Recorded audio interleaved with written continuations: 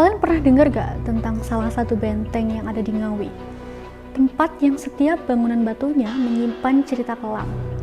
Cerita tentang rasa takut, penderitaan, dan kekuasaan tanpa belas kasih. Di Ngawi, ada salah satu bangunan yang dulunya menjadi simbol kekuatan kolonial Belanda. Mereka menyebutnya dengan Benteng Van den Bosch. Benteng ini dari luar kelihatan biasa aja, tapi ternyata benteng ini menyimpan cerita kelam dari zaman kolonial Belanda. Namun orang Ngawi menyebutnya dengan sebutan Benteng Pendem. Di episode kali ini, kita akan mengungkap cerita kelam dari Benteng Van den Bosch ini, benteng yang tidak hanya sebuah tempat tinggal, tapi juga sebagai tempat penyiksaan, penjarahan, dan penindasan kepada para pribumi yang tidak berdosa itu. Cerita yang pernah terkubur di dalam dinding ini, cerita tentang betapa kejamnya penjajahan yang pernah terjadi di tanah Ngawi. Selamat datang kembali di Fakta Kelam yang kalian harus tahu.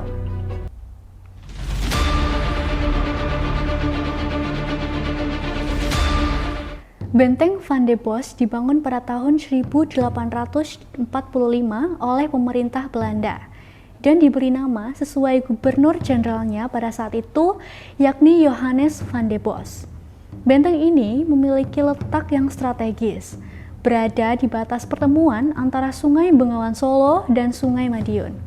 Karena itu, benteng ini digunakan sebagai markas pertahanan kolonial Belanda untuk menahan serangan bangsa Eropa lain yang akan menuju pedalaman Jawa melalui jalur sungai dari timur. Lokasinya sengaja dibuat lebih rendah dari tanah sekitar agar musuh tidak mudah melihatnya.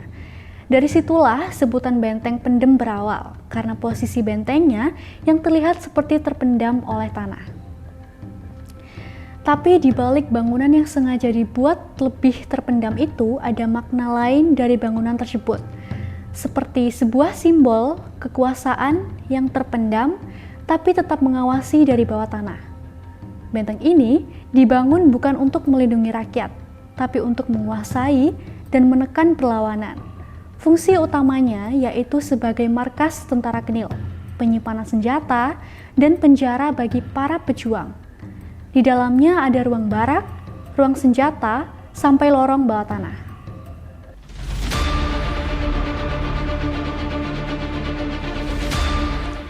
Konon, di salah satu ruang bawah tanah, para tahanan dipasung selama berhari-hari tanpa diberi makanan. Ada yang dibiarkan mati perlahan, ada yang ditembak di halaman depan benteng. Dan setiap malam, jeritan dan ratapan tersebut menjadi bagian dari dinding-dindingnya. Di balik dinding benteng Van den Bosch yang terlihat tebal dan lembab, tersimpan kisah penyiksaan serta pembunuhan yang dilakukan oleh pasukan kolonial Belanda terhadap rakyat pribumi. Salah satu peristiwa paling mengerikan tercatat adalah pembunuhan secara sadis terhadap Kiai Haji Muhammad Nur Salim. Siapa sih emang beliau ini?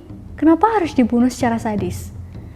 Jadi, beliau ini merupakan seorang ulama sekaligus pengikut setia Pangeran Diponegoro. Beliau dikenal memiliki keberanian dan kesaktian yang luar biasa yang pada saat itu membuat koloni Belanda menganggap keberadaan Kiai ini sebagai ancaman besar terhadap kekuasaan mereka di wilayah Jawa Timur. Kiai Haji Muhammad Nur Salim ditangkap oleh pasukan Belanda dan ditahan dalam Benteng Van den Bosch. Beliau diperlakukan dengan kejam karena pengaruhnya dianggap mampu membangkitkan semangat perlawanan rakyat terhadap penjajahan. Setelah berbagai upaya untuk membunuhnya tapi tidak berhasil, pihak Belanda akhirnya memutuskan untuk mengeksekusi beliau dengan cara yang paling tidak manusiawi. Kiai Haji Muhammad Nur Salim dikuburkan hidup-hidup di area inti benteng. Tanah ditimbunkan sedikit demi sedikit di atas tubuhnya yang masih bernafas, hingga suara rintihannya perlahan menghilang. Bayangin, semengerikan apa ada orang yang masih bernyawa, tapi dikubur secara hidup-hidup. Akhirnya pun beliau harus meninggal dalam keadaan tersiksa tanpa mendapatkan pengadilan ataupun pemakaman yang layak. Benteng Van den Bosch tidak hanya menjadi tempat eksekusi, tetapi juga lokasi penyiksaan terhadap banyak tahanan pribumi yang dituduh menentang pemerintahan kolonial. Para tahanan yang dianggap tidak kooperatif akan dengan sengaja dibiarkan mati secara perlahan di dalam sel. Mereka tidak diberi makanan maupun air hingga tubuh mereka mengalami dehidrasi dan malnutrisi berat.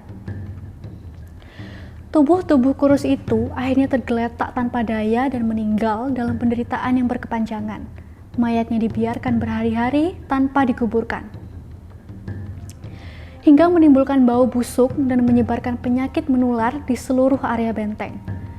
Situasi tersebut menggambarkan betapa tidak manusiawinya perlakuan pihak kolonial terhadap para tawanan pribumi pada masa itu.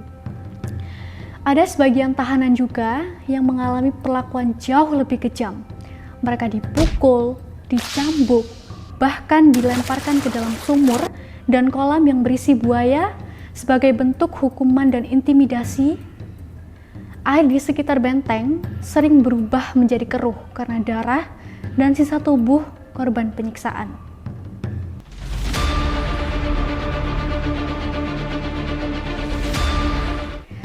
Setelah kemerdekaan, benteng ini pernah digunakan oleh TNI sebagai gudang senjata. Namun, seiring berjalannya waktu, fungsi militernya berhenti. Bangunan ini pun mulai rapuh dan tepat pada tahun 2011 resmi tidak lagi digunakan sebagai markas militer. Kemudian, Benteng Van de Bos mendapatkan proyek revitalisasi dari pemerintah. Perbaikan mulai dilakukan untuk mengubah tempat ini menjadi wisata bersejarah. Sekarang, pengunjung bisa melihat sendiri sisa-sisa ruangan penyiksaan dan barak tua pada benteng tersebut.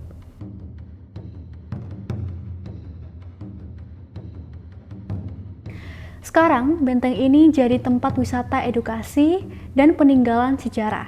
Tapi, di balik itu, ia tetap menjadi saksi bisu kekejaman kolonialisme, tempat di mana kekuasaan dan ketamaan mengubur kemanusiaan.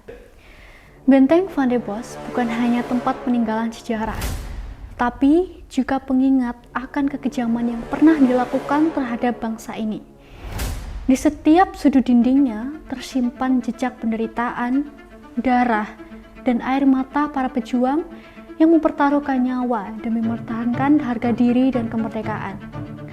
Beberapa tempat memang diciptakan bukan untuk menakut-nakuti, tapi untuk mengingatkan. Benteng ini juga mengajarkan kita bahwa kekuasaan tanpa kemanusiaan hanya akan melahirkan luka. Sampai jumpa di episode Fakta Kelam yang kalian harus tahu selanjutnya.